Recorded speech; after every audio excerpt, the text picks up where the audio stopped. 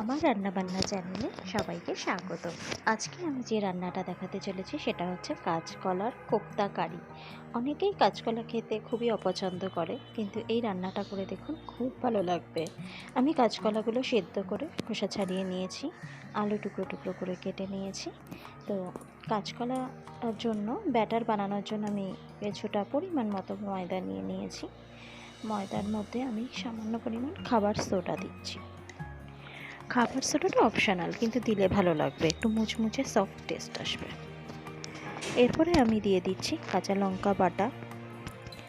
এরপরে আমি দিচ্ছি পরিমাণ মতো আদা বাটা।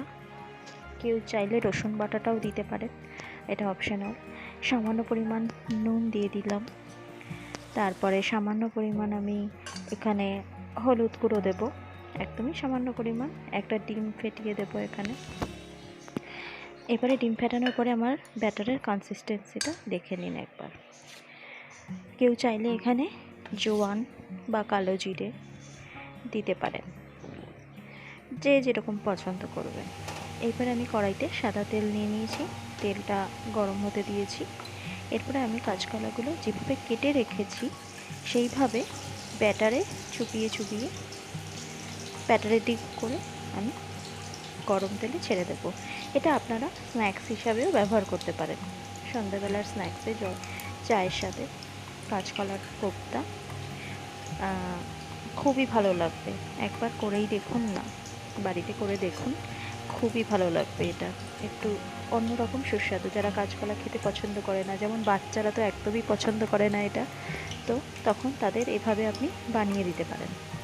তো এইভাবে প্রত্যেকটা কাঁচকলাগুলোকে ডিপ করে করে গরম তেলে ছেড়ে দিয়েছি। দেখুন এই রকম লাগবে বড়াটা, আর খুব সফট হয় এটা। আপনি এর মধ্যে যদি একটু সুজি বা চালের গুঁড়ো দিতে চান, যদি স্ন্যাক্স হিসাবে খান, তাহলে এটা আরও মুচমুচে হবে টেস্টটা। তা যেহেতু আমি এখানে তরকারি ব্যবহার করব, এখানে আমি আলুটাও ভেজে নিয়েছি। যেহেতু এখানে আমি তরকারি করব, তাই আমি অত মুচমুচে করছি না। সাদা জিরে ফোড়ন দিচ্ছি। কেউ চাইলে গোটা শুকনো লঙ্কাও ফোড়ন দিতে পারেন, তেজপাতা ফোড়ন দিতে পারেন, বা এখানে গরম মশলাও ফোড়ন দিতে পারেন। আদা কুচি করে আমি জিরের সাথে একটু নেড়ে নিয়েছি। তারপরে সামান্য জল দিয়ে ওটাকে কষাচ্ছি। সামান্য হলুদ গুঁড়ো দিয়ে দিয়েছি এখানে, সামান্য জিরে গুঁড়ো, সামান্য ধনে গুঁড়োও দিতে পারেন এখানে, মশলা যে যেরকম পছন্দ করেন। তারপরে আমি আলুটা দিয়ে দিলাম, এবং আলুর সাথে এবার এটাকে আমি ভালো করে কষাতে থাকবো। আর নুনটা আমি একদম পরে দেবো, যখন একটু মুচে মুচে আসবে। দেখুন এখানে আমি কাশ্মীরি লঙ্কার গুঁড়ো ইউজ করেছি কালারটার জন্য। কাশ্মীরি লঙ্কার গুঁড়ো দিলে কি রান্নার কালারটা খুব সুন্দর আসে। দেখুন এখানে আমি কষাচ্ছি, এবং আমার মশলাটা তেলটাও ছেড়ে দিয়েছে অনেকটাই। খুব ভালো করে কষালে রান্নাটাও খুব ভালো হয়। আর উষ্ণ জল ব্যবহার করবে, যাতে পাঞ্চাটা না লাগে, পাঞ্চা পাঞ্চা না লাগে। আর সামান্য পরিমাণ মিষ্টিও দিয়েছি আমি এখানে। প্রত্যেকটা রান্না একটু সামান্য পরিমাণ মিষ্টি দিলে কি হবে, চিনি দিলে কালারটাও ভালো আসবে আর টেস্টটাও হবে ভালো। এখানে আমি সামান্য পরিমাণ মতো জল দিয়ে দিয়েছি, যাতে আমার আলুটা সেদ্ধ হয়ে যায়। যেই আলুটা সেদ্ধ হয়ে আসবে, তখনই আমি কাঁচকলার কোপ্তাগুলো দিয়ে দেবো। তো আলু সেদ্ধ করার জন্য আমি একটু ঢাকা দিয়ে দিলাম। কিছুক্ষণ পরে ঢাকাটা উল্টে দেখলাম, এবং খুন্তি দিয়ে নেড়ে দেখছি যে আলুগুলো সেদ্ধ হয়েছে কিনা। আমার মনে হয় আর একটু টাইম লাগবে আলুগুলো সেদ্ধ হতে। তো এখানে এখন আমি সামান্য পরিমাণ নুন দিয়ে দিলাম। তো আপনারা রান্নাটা পুরোটা দেখুন, বাড়িতে নিজেরা তৈরি করুন, এবং বন্ধু বান্ধবদের মধ্যে আমার রান্নাটা শেয়ার করুন। কেমন লাগলো কমেন্টে অবশ্যই জানাতে ভুলবেন না।